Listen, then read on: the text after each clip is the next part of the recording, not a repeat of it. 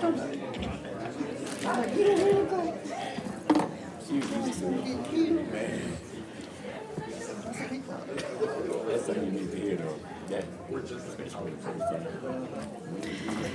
evening, everyone. I'd like to welcome you to the last month of the school year, work session. I apologize for the delay. We were handling some business still, so I called the meeting to order at 7:09 p.m. Please join me for a moment of silence, followed by the pledge to the flag.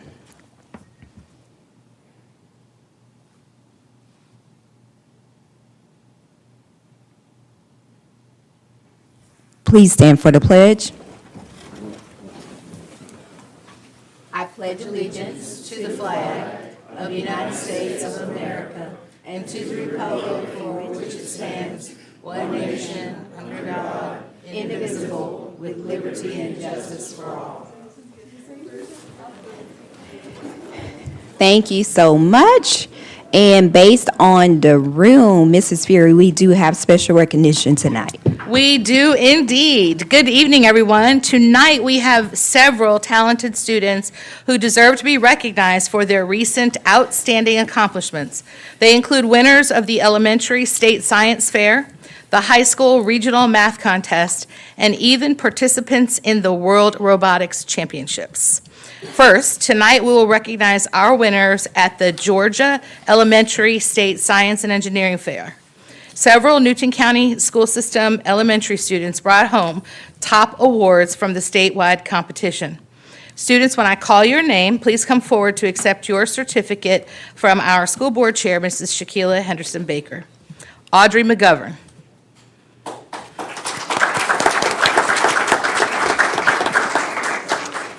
Audrey is a fifth grade student at Newton County Theme School, and she won first place at the State Science Fair with her project, Acidity of Fruit Juice, Fresh versus Bottled. Congratulations, Audrey.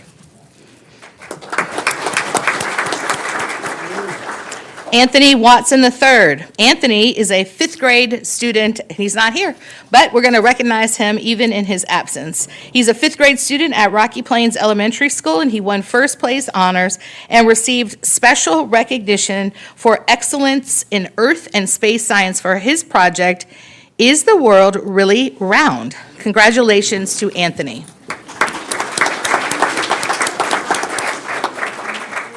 Emma Beam. Emma is a fourth grade student at East Newton Elementary School, and she won second place in the state science fair with her project, Sanitizer Wars. What brand of hand sanitizers are most effective? Congratulations to Emma. Rufus Bryant V. Rufus is a fifth grade student at Oak Hill Elementary School, and he earned 2 awards at the State Science Fair. He won second place with his project, The Growth Challenge, and also won the first place award at the Paper Table Challenge. Congratulations, Rufus. Journey Johnson. Journey is a fifth grade student at Oak Hill Elementary School, and she won third place honors with her project, Just Beat It. Congratulations, Journey.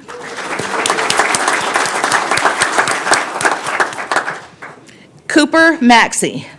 Cooper is a fifth grade student at Live Oak Elementary School, and he won first place honors in the Paper Table Challenge at the State Science Fair. Congratulations, Cooper.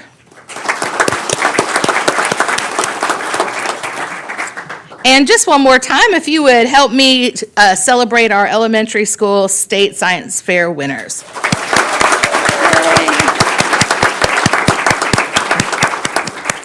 Next, we will recognize our winners of the recent Regional High School Math Contest. For the second consecutive year, the Newton College and Career Academy math team took home the regional championship at the high school math competition. The math team competed against other high school teams from Butts, Fayette, Henry, Lamar, Pike, Spalding, and Upson counties. Students, when I call your name, please come forward to accept your certificate. Joseph Clower.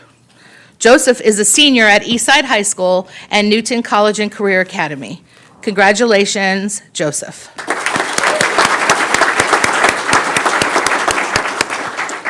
Noah Larson. Noah is a senior at Eastside High School and Newton College and Career Academy. Congratulations, Noah. Natalie Henderson. Natalie is a senior at Alcovy High School and Newton College and Career Academy. Congratulations, Natalie. Emma Grace Lumpkin. Emma Grace is a junior at Eastside High School and Newton College and Career Academy. Congratulations, Emma Grace. Ian White. Ian is a sophomore at Eastside High School and Newton College and Career Academy. Congratulations, Ian.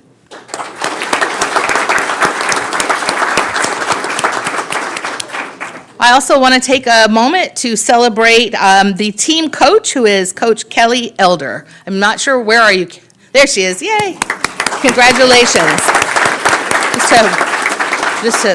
Just want to recognize you because we know how much time and energy it takes to support a team and have them win. Top honors, especially against all of those surrounding systems. So thank you so very much. And one more time, I'd like to congratulate the NCCA Math Team Regional Champions. One more time.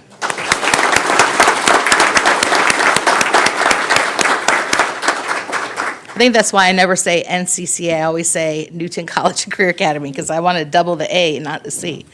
Next, we will recognize the members of the Newton College and Career Academy's robotics team, 868-2N, who won the state championship and the State Championship Excellence Award at the 2023 High School State Robotics Championships. With their win, the team qualified to compete for the World Championships in Dallas, Texas, from which they just recently returned. Students, when I call your name, please come forward to accept your certificate of recognition. Noah Geiger. Noah is a senior at Newton High School and the Newton College and Career Academy. Congratulations, Noah. Madison Force. Madison is a senior at Newton High School and Newton College and Career Academy. Congratulations, Madison.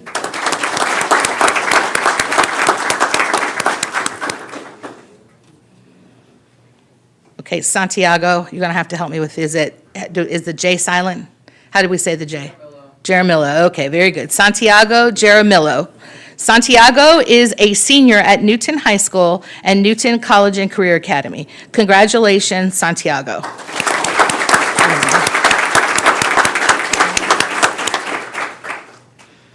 Natalie Henderson. Natalie was previously recognized for the math team. She is also a member of the Newton College and Career Academy's robotics team. She is a senior at Alcovy High School and the Newton College and Career Academy. Congratulations, Natalie. Emma Grace Lumpkin. Emma Grace was also recognized for the math team honor, and she too is a member of the Newton College and Career Academy's robotics team. And they just returned from the World Championship, so congratulations, Emma Grace. Noah Larson. Noah was also recognized for the math team honor. See a little common theme here. And he is also a member of the Newton College and Career Academy's robotics team. And they, as I've already said, just returned from the World Championships. He is a senior at Eastside High School and Newton College and Career Academy. Congratulations, Noah. Bobby Stevens III. Bobby is also being recognized for 2 honors tonight. Not only is he a member of the Newton College and Career Academy's robotics team that just returned from the World Championships, but he has also been selected to attend the prestigious Governor's Honors Program this summer. Bobby is a junior at Eastside High School and the Newton College and Career Academy. Congratulations, Bobby.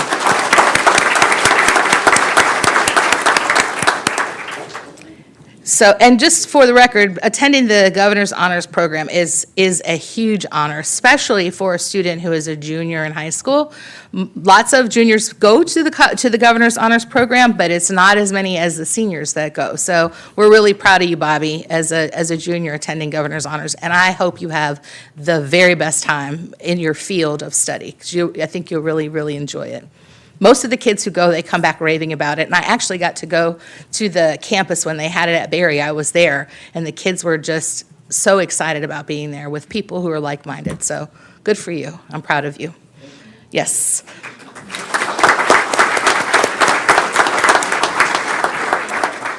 The robotics program at Newton College and Career Academy has been very successful this year. In fact, the school had not one, but 2 robotics teams earn a trip to compete at the World Championships. NCCA's robotics team 8682C also qualified and competed at the recent World Championships in Dallas, Texas. Students, when I call your name, please come forward to accept your certificate. Javier Martinez Perez. Javier is a junior at Newton High School and Newton College and Career Academy. Congratulations, Javier. Aaron Howell. Aaron is a senior at Alcovey High School and Newton College and Career Academy. Congratulations, Aaron.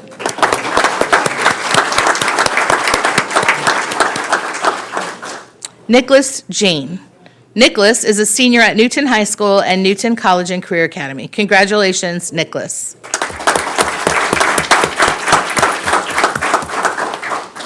Jade Neal. Jade is a senior at Newton High School and Newton College and Career Academy. Congratulations, Jade.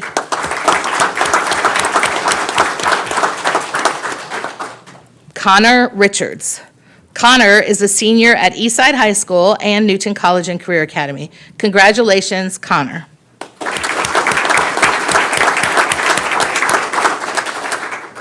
Jaden Gadsden. Jaden is a senior at Newton High School and Newton College and Career Academy. Congratulations, Jaden.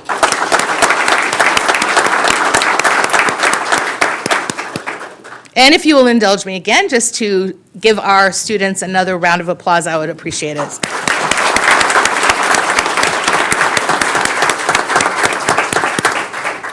What an amazing group of students we have gathered here this evening. From science to math to robotics, our students are competing and holding their own at regional, state, and even world competitions.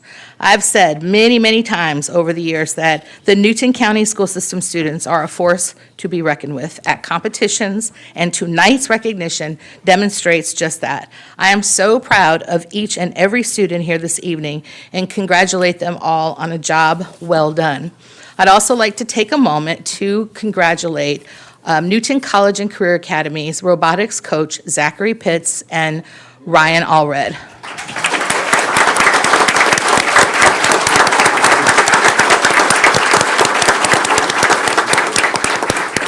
Thank you so much for your hard work and dedication and for supporting and preparing the students to compete at such a high level. I don't see Mr. Allred, is he? Okay, well, please give him our congratulations and mine especially. What an incredible group of students we are recognizing here. And if it were not for the support of our teachers and our school leaders, the conditions that we experience for our kids to be able to do these wonderful things might not exist. So I want to recognize our principals who are here this evening. I see Dr. Buff from Newton High School, Mr. Chur from Eastside High School, Mr. Walker from Newton College and Career Academy.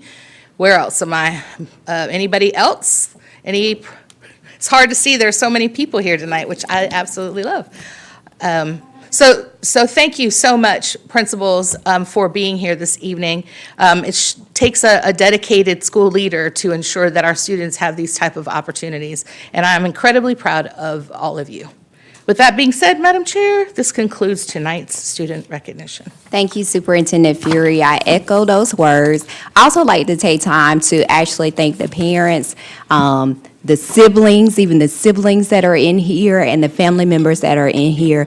If you guys would please stand for one brief second for me, everybody who is a support system to one of the students that came tonight to receive an award.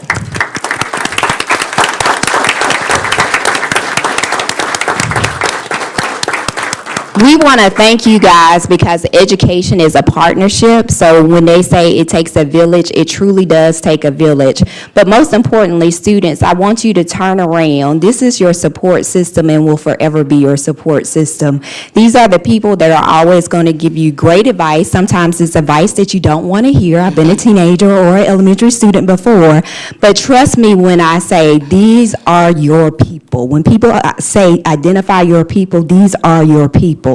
So trust and believe in them just like they trust and believe in you. But the support starts at the home, and we greatly appreciate you guys for supporting the students and most importantly, supporting us. If I could have the students, there were a lot of seniors in here tonight. Will the seniors stand for me? So in a few short days, you guys will be walking across the stage. The expectation, because our mission is to provide educational excellence for all students. So the expectation is in your next journey, beyond the walls that you've been through with us, you continue to be showstoppers, you continue to succeed, and you continue to excel. So I want you guys to remember that. The elementary students that received the presentation tonight, I want you to look at these seniors, because the expectation for you guys is as you continue to grow within our school system, that when you're a senior or even a junior, you're still coming in this boardroom and receiving awards, okay? So thank you all so much, and good luck with your future endeavors. But I know that many of you have been repeaters in here. I'm gonna say repeaters in here. So we see y'all quite often. So we know that you guys truly will excel. So thank you for allowing us to educate you all and for you all making us look good, okay? Yes.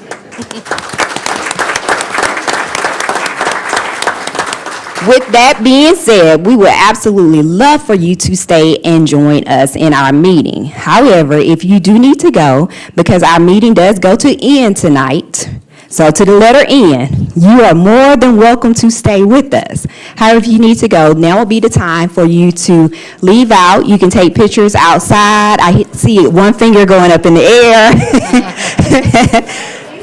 Thank you all. Thank you. Bye. Congratulations. Good job, y'all. Good to see you. Ooh, honey, I'm hot.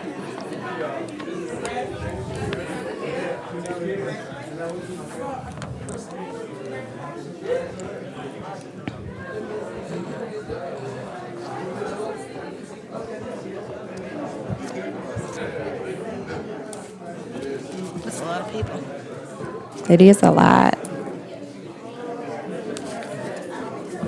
Every time I say NCCA, I want to say NCAA. I don't know why. It just all started all of a sudden. I don't know why. I don't know why. All right, that cleared the room. Yep. All right, I don't think we have public participation tonight. May I have a motion to approve the agenda? Second. Been moved and second. All in favor? Aye. Okay, thank you. May I have a motion to approve the minutes, please? Okay, been moved by Mr. Johnson. I think I hear a second by Mrs. Coggan. All in favor? Aye. Thank you. Superintendent's reports.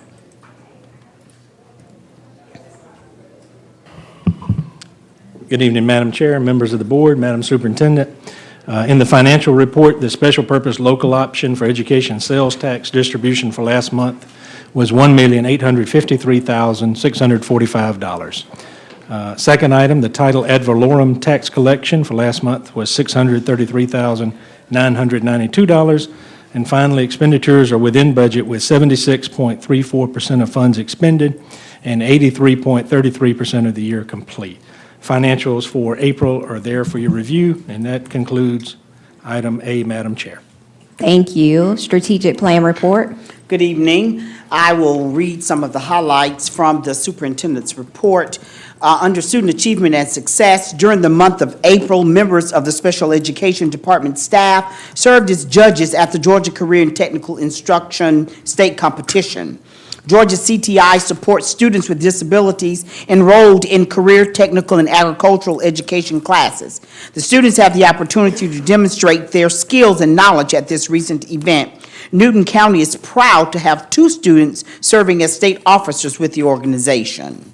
Under High Quality Workforce, Newton County Theme School 6th grade science teacher, Ms. Jessica Tambura, has been named one of the 3 finalists from the state of Georgia for the Presidential Award for Excellence in Math and Science Teaching. On April 1st, 2023, she was honored at a Georgia Science Teachers Association luncheon in Atlanta.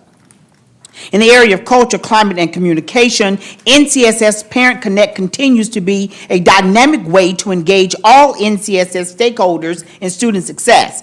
Parent Connect is a program designed to offer parents in the Newton County school system opportunities to acquire information, knowledge, and skills to support their child's education both at home and school.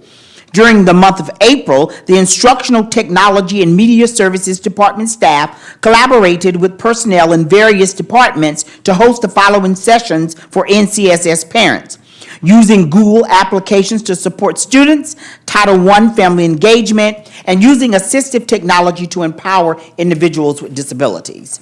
And finally, in the area of organizational and operational effectiveness, school system staff hosted the Spring Literacy Festival at Legion Field on Friday, April 28, 2023. Approximately 20 community organizations and schools hosted a station for students to read books, hear a book being read, or complete an activity related to a story. Volunteers provided books for the students to take home. In addition, students could visit the book bus and take a picture with Pete the cat or Clifford. And those are just a few of the highlights from the superintendent's report.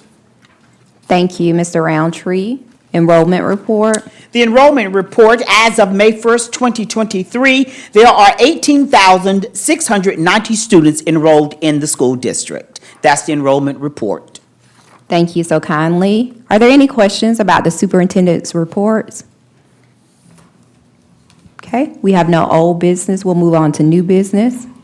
Item A. Yes, ma'am. In item A, the superintendent recommends the adoption of a tentative budget for fiscal year 2024 for all governmental funds to be advertised before the approval of the final budget on June 20th, 2023.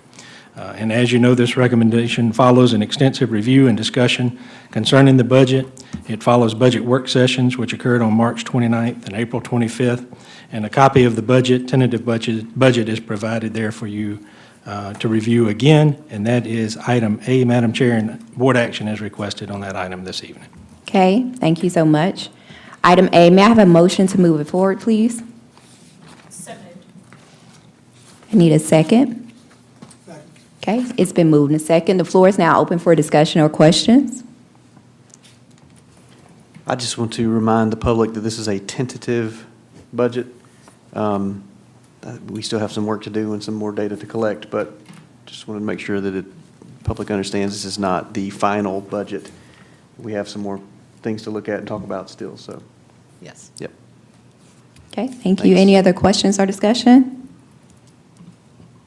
Having none, I'll call for the question. All in favor? Aye. Any opposed? 5-0. Item B. Item B, the superintendent recommends the approval of the 2023-2024 Parent Information Guide and Student Code of Conduct. In addition to minor typographical errors and changes to dates and times, the recommended revisions are outlined there for your review, which include updated school calendars, updated dress code information dealing with pajamas, updated title information for the Title I director, updated principal contact information, updated Rule 5, which substances represent illegal drugs, an update to that information. Rule 15 fights, a recommendation there to ensure vertical alignment between the middle schools and high schools to make sure we're doing all the same things at the same level, different levels. Rule 52 to be consistent with Georgia law. And finally, high school exam exemption incentive program, and which is a recommendation that takes into account or takes into consideration chronic illness and communicable diseases. And that is item B, Madam Chair. Thank you. Any questions for B? I have some questions about, this is the student handbook, right? That's what we, That's correct. same thing? Okay, all right. It's got different names. I just want to make sure I'm calling it the right thing. Since the pandemic, and we fast forwarded our ability to do online education, we've seen a shift in a lot of the way assignments are given now. Like where before you would turn something in class, now you almost all, at least high school, if not middle school assignments too, are now turned in with, online. Instead of having the due date or the due time of Wednesday at 2:00 p.m., most everything is now 11:59, turn it in by Friday, 11:59 p.m. The reason I bring that up is we've made a transition in the way in which we educate, but our handbook doesn't necessarily reflect some of those changes as far as attendance goes. And here's why I bring it up. With now education going on through the day, and this is all anecdotal, so at any point you guys go, you're not an expert, you know what you're talking about, I get it. So I'm just throwing it out here since it's a work session for us to talk about, and if it's ridiculous, it's ridiculous. But the number of kids that I have seen that are having to do attendance recovery, just at Eastside alone, that's the only numbers I've been able to look at and see. I think it was over 650 students had to do attendance recovery, meaning they missed more than the Code of Conduct allows you to miss for unexcused absences, 10, 12, something like that. 650 kids. This is at least 3 times the amount pre-pandemic. So we know post-pandemic, there's some sort of attendance issues. We're having a hard time getting kids back into school the entire number of days of the school. Why is this connected to distance learning? I feel like because we've increased the time limits in which assignments can be turned in, kids are working on it till 11:59 p.m., a lot of cases. I think there's a lot more work being done at home since they can do that kind of work at home now. Even some of the assignments in which you learn stuff, like the actual instructional time, can be a video that you have to watch at home. You don't get to watch it in class.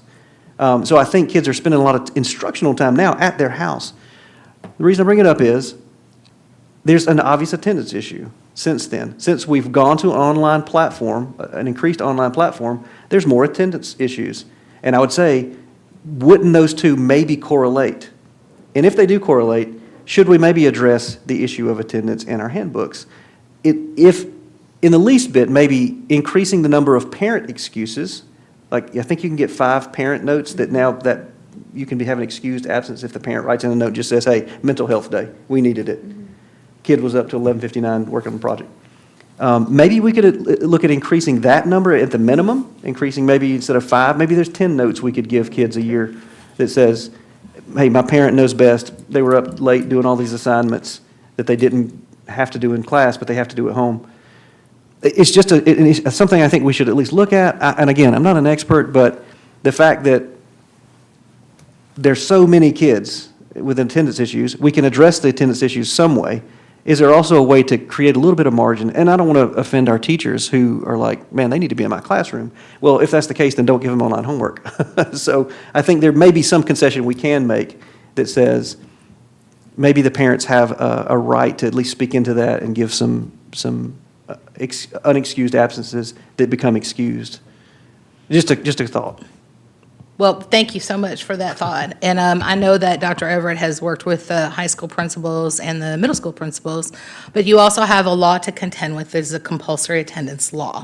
So we are required by law, parents are too, to send their children to school and not miss school unless there's a legitimate reason or cause. And so I don't know, Dr. Everett, you might want to step to the microphone to share your recent conversations with the principals, but the homework stuff being done virtually, if they weren't doing it virtually, they would be doing it paper and pencil at home. So I don't know if that's the right reason to be thinking about, but at the end of the day, I think we all have heard the concerns, but we also have to battle the law, because these folks they have to go to court and all kinds of things when they don't attend school. So there's a fine little balance that we have to do when it comes to balancing what we're required to do, what parents are required to do by law, and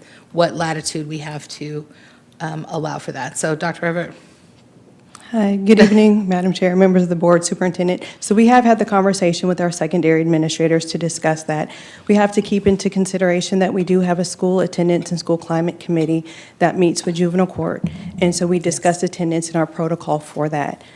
We also have to take into consideration that we are going to start back reporting now that we have shifted to in-person instruction across the state and nation, because we are not addressing the pandemic or COVID-19 virus as we used to, that we will go back to start reporting 90% attendance in those Georgia milestones tested areas, English and mathematics, at certain grade levels. So if you start to add the number of parent excuses, if you raise it to 10, then the question is, then students can only miss 18 days. So the state doesn't look at an excuse versus excuse, they look at absences.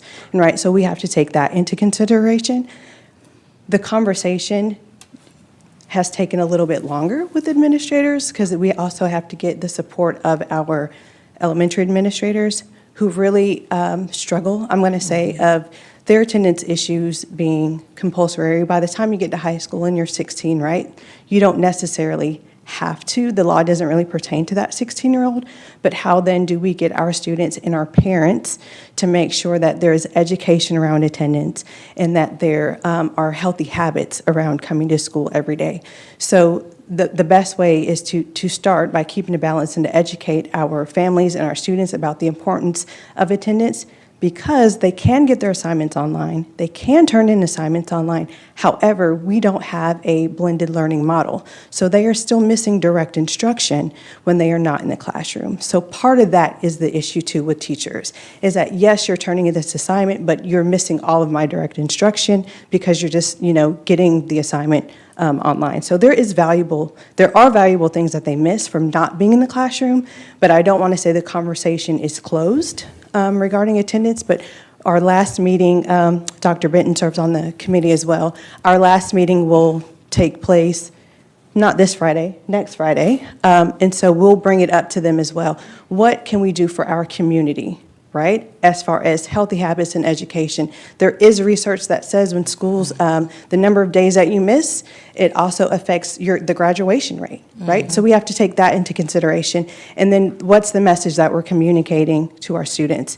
If we're saying school is so important, you need to come to school every day, but then we're raising the number of absences that are unexcused, some people can look at that as sending a counterproductive message to our families. So yes, we are looking at it. I said all of that to say, yes, we are looking at it. Yes, we do have a process with our school attendance school climate committee. And yes, we still have to keep into consideration what the Georgia Department of Education says about attendance and our compulsory attendance laws.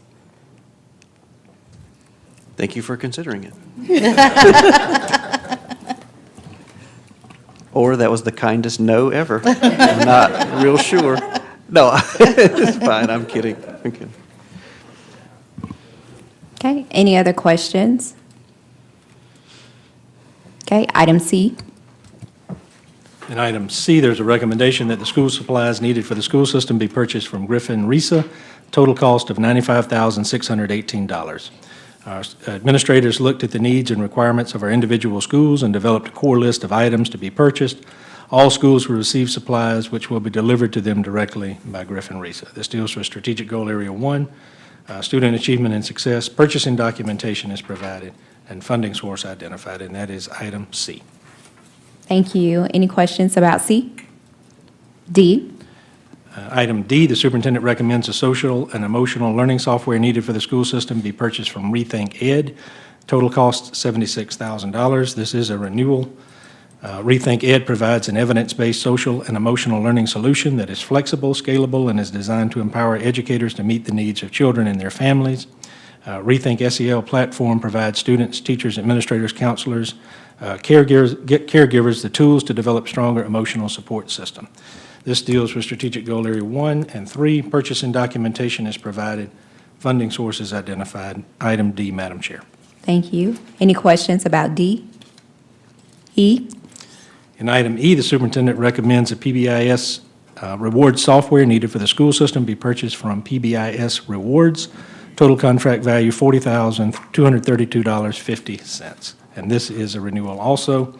PBIS is an evidence-based framework used by schools to improve school culture and student behavior, promoting a safe environment for learning.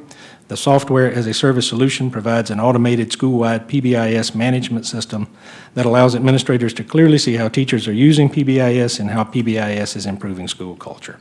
This deals with Strategic Goal Area 1, Student Achievement and Success, and Strategic Goal Area 3, Culture, Climate, and Communication. Purchasing documentation is provided, and the funding source is identified there for your review, and that is item E. Okay, thank you. Any questions about E? F? In item F, the superintendent recommends the annual renewable contracts and purchases with the following vendors be renewed for an additional contract term. The first is Borderland Security, total cost $39,946.50. And the second is BiteWorks with a total cost of $77,260.40. As it relates to Borderland Security, Family Zone Incorporated's LineWise software provides an education-focused content filtering solution that provides scalable, customizable protection for all devices that access the network. Software will be procured through its reseller, Borderland Security. The school system will use a TIPS contract, which is a national technology bidding and purchasing program, to purchase the software. As it relates to BiteWorks, SmartNet, provided by BiteWorks, provides the school system personnel with technical assistance, online support, and detailed diagnostics to solve problems with its core switches, rack switches, and phone infrastructure. The service provides ongoing operating system updates, rapid hardware replacement, and on-site repair and replacement when needed. The school system will procure this with a state of Georgia contract through its reseller, BiteWorks. And that is item F. Any questions or discussion for F? G? In item G, the superintendent recommends the library management software needed for the school system be purchased from Follett School Solutions. Total cost $27,299.62, and this is also a renewal. The Destiny Library Manager is a complete library management system that can be accessed anywhere 24/7 and allows librarians and media center personnel to track a library's inventory and media assets in real time. This deals with Strategic Goal Area 1 and Strategic Goal Area 4. Purchasing documentation is provided, and funding source is there for your review. Item G, Madam Chair. Thank you. Questions about G? H? And item H, the superintendent recommends the approval of a memorandum of understanding between the University of Georgia and the Newton County School District concerning the Georgia College Advising Corps. The total cost of this is $80,000. As background, the Georgia College Advising Corps seeks to raise student aspirations to pursue post-secondary education and to ensure that each student has access to the support and resources needed to navigate the path to college. More specifically, the organization's core mission is to increase college access for low-income, first-generation, and underrepresented high school students. Approval of this memorandum of understanding will provide each of our base high schools with a full-time near-peer advisor who has recently graduated from college. These advisors will work in collaboration with school counselors, teachers, and administrators to increase college-going rates of the school system students. This deals with Strategic Goal Area 1. The MOU is provided for your review, and the funding source is included, and that is item H.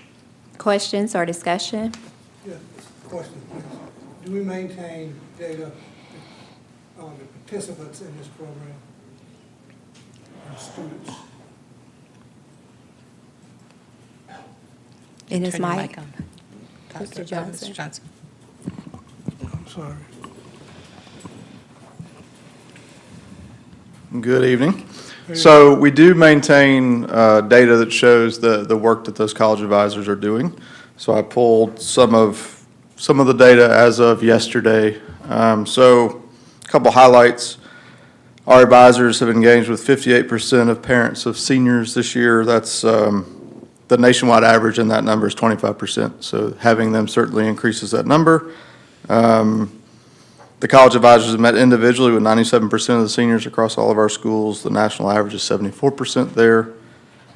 College applications submitted, our advisors have assisted with 74% of seniors submitting at least one college application and 58% of seniors submitting 3 or more college applications. Again, that's 55% national average for the one, where we've got 74. The national average for 3 or more is 29%, and ours is at 58%. So that's a direct correlation to their work.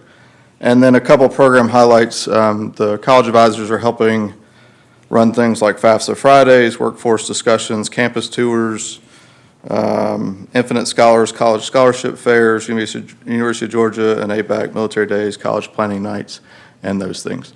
So I think Mr. Bailey, maybe last year when we did this, said it'd be good if we had some numbers. So we were ready to provide those. So thank you, Mr. Bailey, for the heads up. But Mr. Johnson, I hope that answers your question. You were asking about a list of participants. Are all of the seniors are the targeted participants for this particular college advising corps contract with University of Georgia? I appreciate your response, very much on time, and I'll just wait to hear the same good news next year. It'll be better. Very good. If I can chime in too, I was just at decision night for Eastside maybe last week, and the young man from the University of Georgia, one of these guys we hire, Brian or Byron Carroll, something like that. Anyway, he ran the show. Like all the kids that walked up who had committed to go to college, they got a certificate, and they all got applauded for the work that really he had done to help them get into college. And so it was kind of a cool moment. They had tables set up around the gymnasium for all their schools that they were going to. So it was a real neat event. I'd never been to one, and felt like it was really good work from that team. Great. Very good. I have a Appreciate question. it. I got some questions. I have some questions.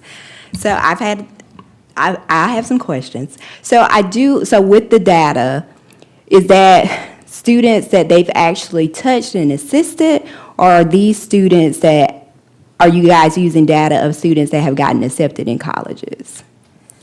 So the Right, numbers so are, how's it calculated? So, and I'm asking, I know last year we did this and we did this year, and ironically, I had a senior last year and I have a senior this year.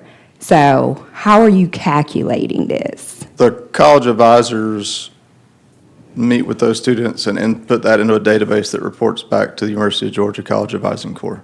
They manage all that. They've got to report that data. So that goes into a system database. Stephen Woodall pulled all the numbers for me today. So we have them broken down by school, and I don't have that with me.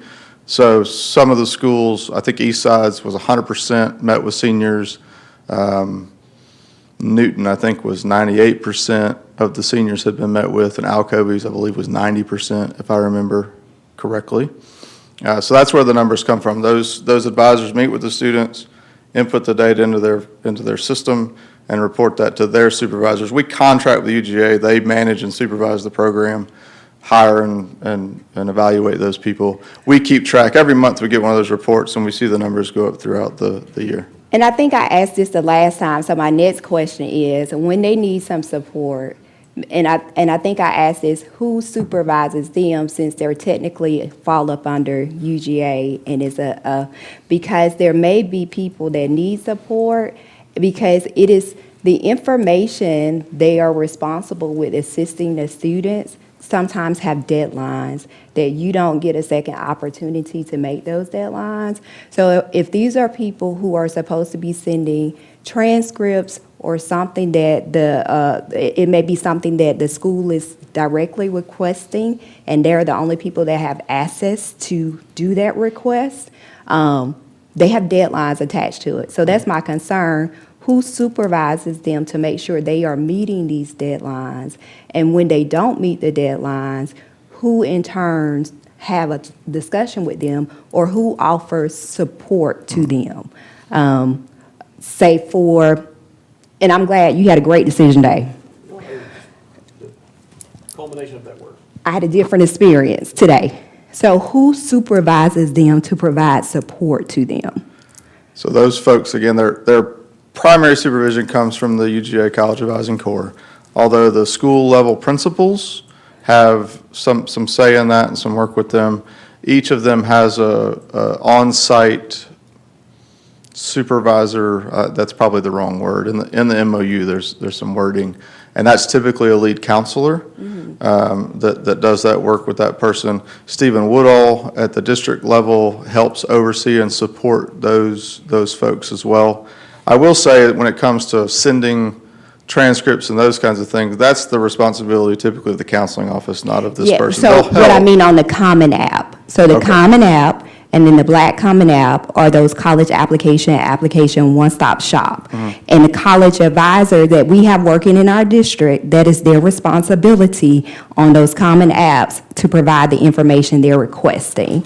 And you can see when it's been requested by the school, it shows the parent on their portal when it's been requested, so you can see the amount of time that the school has not responded. So I'm using a specific example now, just to give you an example. And again, these are deadlines that students have to meet that could be critical for scholarships, or it could be an application deadline. So just so that parents can identify who do they go to, who is supervising them within the school district to make sure these things are being met. Sure. I'll look into it. I don't know that far down into that process. I'd be guessing, or a pretty strong idea, that it's that lead counselor contact who is that person's school level connection, leader, mentor, on how that work gets done. And if I you know they're remember- fresh out of college, and that's the point. And so let me also say this. We extend grace to people who are fresh out of college, because it may be their first time in a job. However, it is a critical position that could be a situation that prevents a student from our district being able to go to school or meet a scholarship deadline. So I just want to make sure we have proper support so that that person in their role can be successful, but also so that our students don't miss critical deadlines. Sure. And if I may interject, Dr. Schmidt, you may recall, and we can't go too far in because this is a public meeting and it's still dealing with personnel, but prior to us coming in, you, me, and Dr. Buff were in my office talking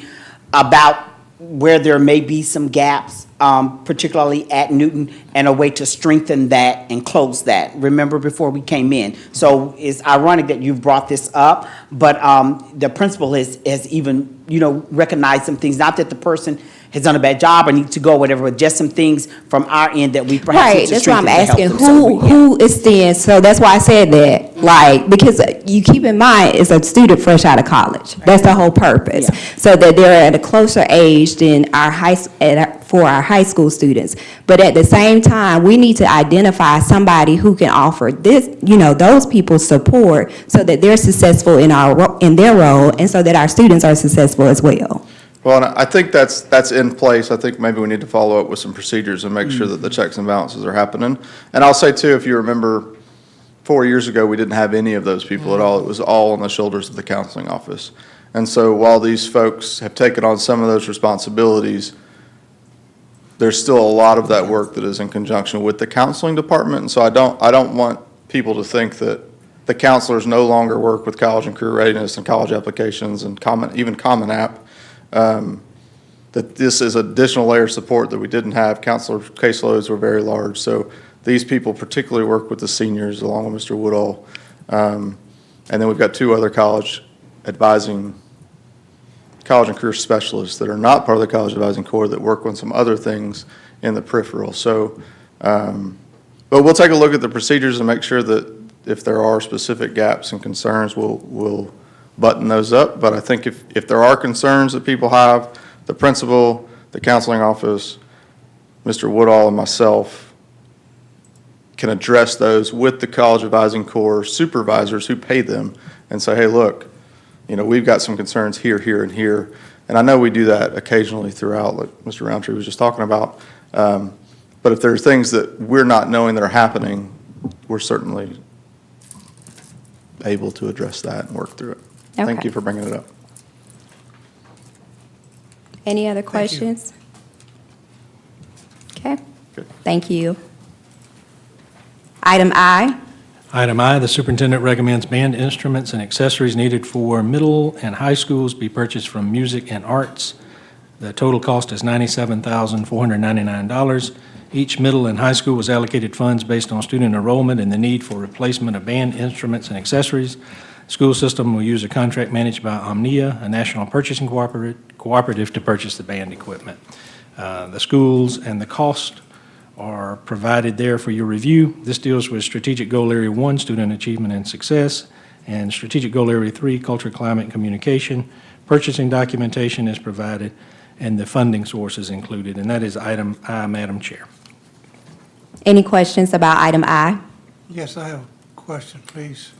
You said this is based on student enrollment or student participating in music or band? I believe it's all based on total school enrollment and possible participants in the band, I believe is the way it's divided up. Which one is it? But I can double-check that for you. I'll have to double-check that. But I believe it's all students. Oh, okay. Well, my question is, if I look back at the student total enrollment, and that's why I asked the question as to what is enrollment or participation. Right. I'll verify that for you. If you look at the enrollment, it's not balanced. It's also need, so you So- might have one time where Alcovey needs a $7,000 tuba, and Newton or Eastside doesn't need that much of the supply. So they have to try to balance, and they meet, and they work it out amongst themselves to determine who does what, so that all of their needs are met. Yeah. All of the band folks submitted a list to us of their needs, so they agree on that amongst themselves. Thank you. Yes, sir. Any other questions for I? J? And item J, the superintendent recommends the annual renewable contract with Tyler Technologies be renewed for an additional contract term. Contract value is $110,940.01. As background, Tyler Technology provides a comprehensive integrated suite of products. The school system will use a contract managed by Sourcewell, a national purchasing cooperative, to purchase the software needed for the school system. This deals with Strategic Goal Area 4. Contract documentation is provided, and the funding source is identified, and that is item J. Okay, any questions for J? This goes out for competitive bid. That one's a contract, a purchasing cooperative, managed by Sourcewell. This does go out for competitive bid. Yes, sir. That's a competitive bid process. Thank you. K? And item K, the superintendent recommends the annual renewable contract for natural gas to selected schools and facilities be awarded to True Natural Gas. The effective date is June 1st, 2023, expiration date May 31st, 2024. Contract value is $90,000. The proposal covers 13 schools covered by Atlanta Gas Light Company. This deals with Strategic Goal Area 4. Contract documentation is provided. Funding source is identified, and that is item K. Okay, any questions about K? L? And item L, the superintendent recommends the contract for concrete repair and replacement at the service center be awarded to Peach State Construction Company, LLC. Total contract value, $549,006. Invitation for bid, a solicitation for a contract for concrete repairs and replacement was opened on May 3rd, 2023. The project consists of select demolition of failing asphalt surface, grading, and new concrete. This deals with Strategic Goal Area 4. Contract documentation is provided, and the funding source is listed, and that is item L. Okay, any questions for L? I do have a question. Oh, go ahead, Mr. Johnson. Can you give us some type of visual as to what space you're referring to?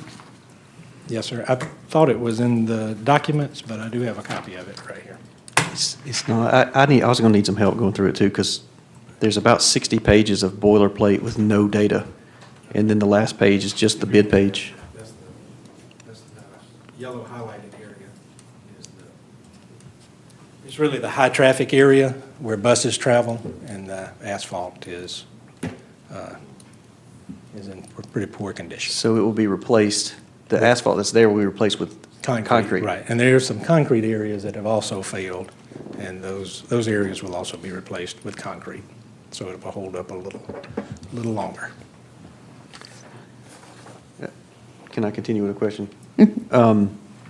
So it's an invitation, did we invite 3 folks to bid it and only one did, or how did that play out? The bid notification was sent to 991 vendors. And we had one And we had 3 that participated initially and 1 who submitted a bid. full bid? Okay. That's correct, yep. This is nothing.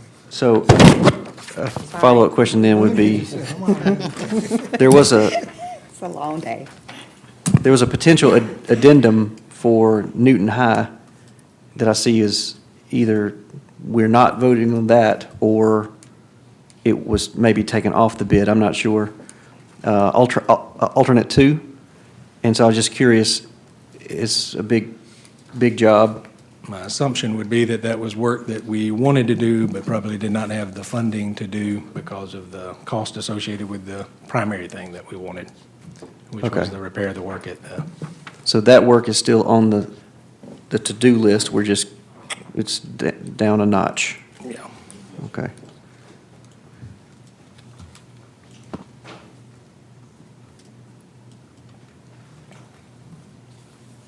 You finished, Mr. Bailey? Well, I don't know, but I think so for now. Okay. Mr. Johnson, you had a question? Yes, but I don't know the intelligent one to ask. Just keep it clean. The yellow demonstrate what? The area that will be replaced with concrete. So this is the school. That's the service center. So that's the way it's fit, just like that. That doesn't, it's the service center around here. That's not the service center right there. That's the old shop building, that's what I'm trying to say. There's the street over there. Let me see. I can't see it. I'm gonna make my glasses off. Dr. Barr, you want to come up here This- and talk this us is- through this? Next door to the elementary school, right? Or Indian Creek? On the It's hard bypass. to tell. Tell us. Service center, Which is the service center? right here. Okay. And then this is the bus parking, right here. This is the lower Wait, gate wait, entry. wait. Bus parking. Here? So Right down- in this center, and this road. So when you look at it, you look at it This is this the way? board, this is the board office, right? No, This this is is the service service center. And then this is where all the buses park over there on the bypass road to the right-hand side, where the gas stations are, the pumps for gas over there. Yep, And the then, gas pumps are right in here. And then this is the lower entry where buses come in. And so that's the area where the think concrete about is Middle Ridge is faded. right here. I got you, I We got got it, you. okay. And the yellow is concrete? Yeah, That's what that's the concrete that will be. that's where they're gonna put So it. it's not concrete there now? Some of this is concrete. The concrete, it's concrete. Well, in the in this driveway there, entryway. just in the driveway, yes, That's but right. not And then around The rest here. of this is asphalt. Okay, And replacing it all with concrete for durability. I understand that, okay. Good. Abigail? Just like, Dr. Barr? Had a preview. Any other questions? Yeah, Trey asked my question, so. I just keep looking for a square footage number and I just can't find it. Like, what's the total? I'm trying to just ballpark this thing. What's the square footage we're looking at? And the cost is $500,000. So this has got to, it doesn't feel like that big a project, but I guess it is. Yes, sir. Thank you for the question. It is roughly about 180,000 square feet of concrete, square footage. So, but when you talk about cubic yards of Right. concrete, that's a lot more. The difference here too is this is a full depth reclamation project, which is different from your just regular, you're pouring a slab for your shed. Gotcha. So, I saw that number in here too, at least the cost to do all that. Costs a lot. yeah, concrete is very expensive very right now. expensive. It is Ridiculous. roughly $200 a square yard, and it's gonna take a lot. So, Okay, thanks. any other questions? No, but can we get the same view of the sharp parking repair as well? Yes, sir. It's not finalized, but as soon as we have it finalized, we can present So that you to the haven't board. finished drawing up how it's designed or anything? Design work is still in progress? Yes, sir. That's correct. I think we have a draft, but we haven't provided feedback on it yet. I think is where we are in the When will process. we see that? What's that? When will we be able to review that? When we're ready to bring the item forward, and so I would assume that's in the next several months. Yes, sir. Right. What item are we on? What are we talking about? Sharp. Oh, Sharp, okay, I'm sorry. I thought we had a schedule to complete that this year. That's correct. Yes, sir. And you're going, in the next several months, you're going to bring the drawing so we can look at it. That's correct. Yes, sir. And then you can vote on that item. Okay. Thank you. Yes, sir. Any other questions on L? Thanks. Okay, thank you. Item M. In item M, superintendent recommends the identified items be declared surplus and disposed of per board policy. That is item M. Thank you. Any questions on M? Item N. Item N, superintendent recommends the approval of personnel matters as discussed in executive session. Item N. I need a motion for N, please. So moved, second. Okay, been moved in second. All in favor? Aye. Thank you. 5-0. Okay. Board update. The surveys are out.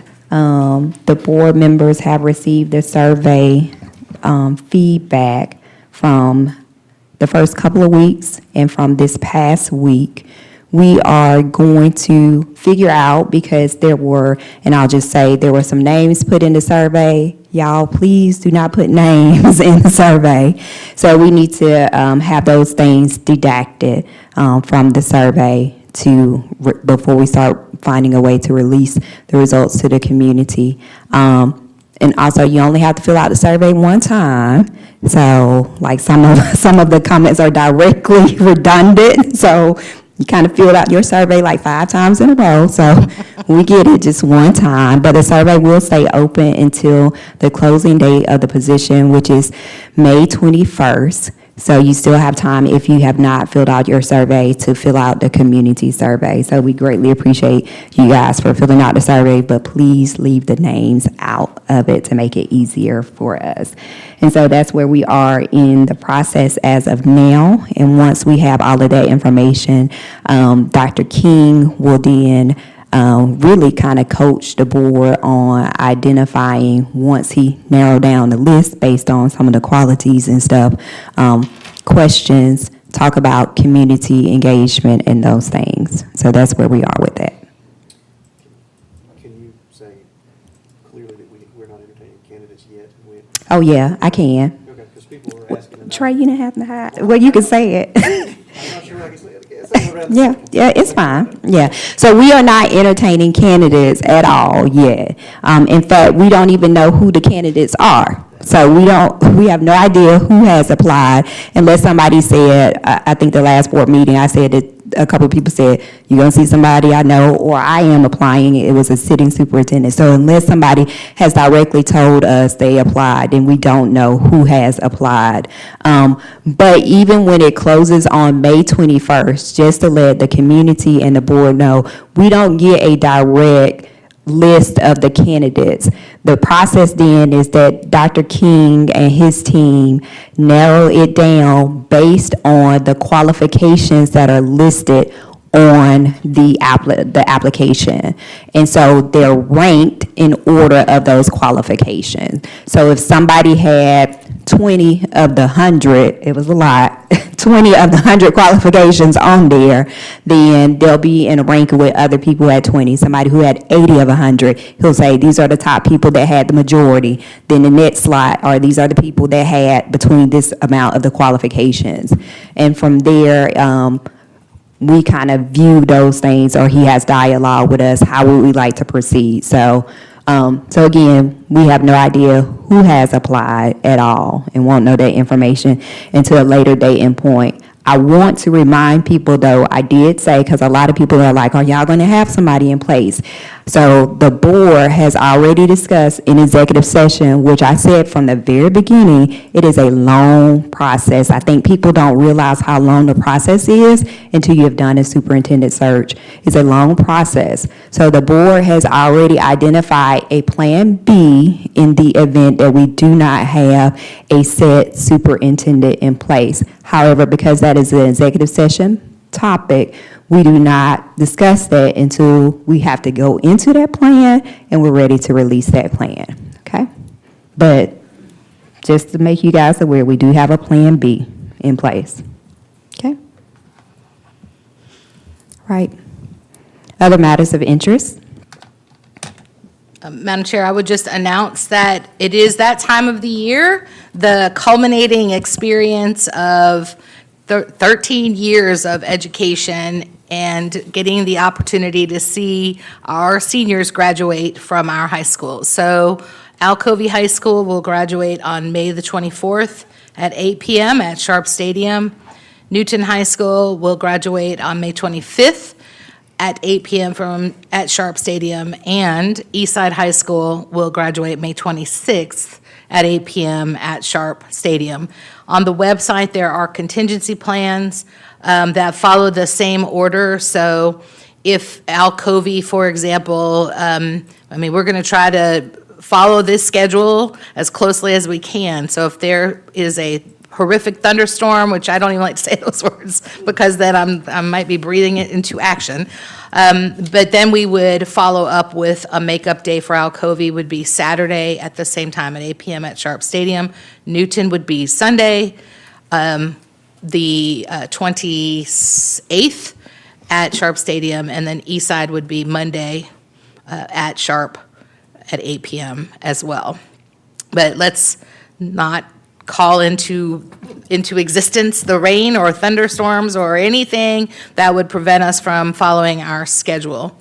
I also, Madam Chair, would like to just shout out to our Human Resources team as they have been working diligently to create partnerships with higher education organizations, and we have now are working with Mercer and a Generate grant that will allow for teachers and paraprofessionals to go back to school or to go to school, and the information will be provided to learn about costs or no costs. And right now, there is not an expense to our paras or to our teachers unless they are starting at ground zero. The Generate project will pay for their education courses after they get through the very basic bachelor's courses. But I'm not the expert, and the group will be here Monday at 3:30 at Newton College and Career Academy, and again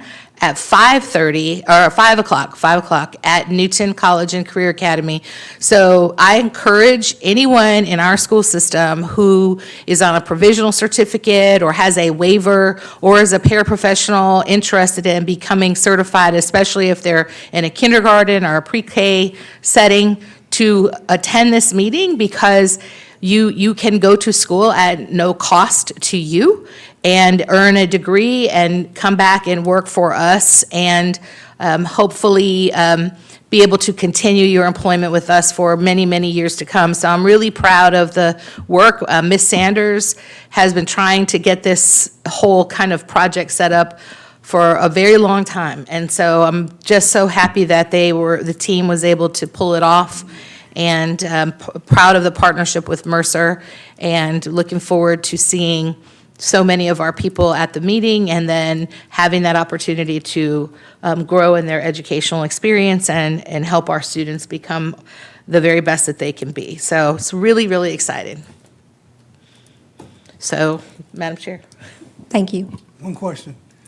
Is when will our employee population be notified of this? They have been notified. I sent it out today, and hopefully some of them will watch the playback of this, or they're watching now. But they got an email, and we'll just keep sending reminders to get them out there. Did you mention they get their master's too, right? It's a Master of Arts in Teaching. It's an initial certification, so yes, it's an incredible opportunity for our teachers and for our paraprofessionals who wish to move forward in their education. So I'm really excited about it. Thank you. That's phenomenal. I do have one other matters of interest, just one.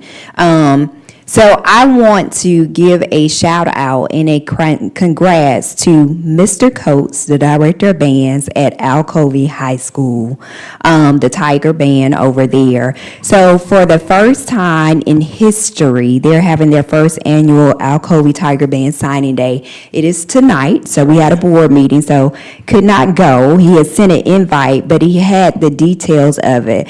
And it is the first time in history as well that Alcovey has accumulated over $1 million in band scholarships alone, just in band, which is absolutely amazing. So I'm super proud of them. He says it's 22 different schools out of 10 different states. And I have been seeing on Twitter, like the band is here or giving out scholarships now or these schools visiting. So I've been seeing those posts here and there on the Twitter feed. So shout out to them, $1 million in band scholarship, first time they've ever accumulated over that amount out there. So good for them. So I'm sure it'll go up from there, just in band alone. So.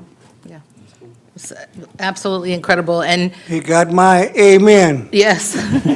And I will tell you, the band director, Mr. Coates, has done a phenomenal job. I've been out to Gordon College with them on several different occasions, and the band is incredible. They have done such a wonderful job to the point where they continue to be asked back to Gordon to play as the entertainment during their football games. So it's been a really great experience, and he has done a lot of hard work with the band at Alcovey. So I echo your sentiments, Mrs. Henderson Baker. $7,000 tuba you were talking about. I know, and that's an important part, to make sure the kids have the equipment that they need. Okay. Any other matters of interest? If not, may I have a motion to adjourn, please? So moved. Been moved and second. All in favor? Aye. Okay, meeting adjourned 8:19 PM.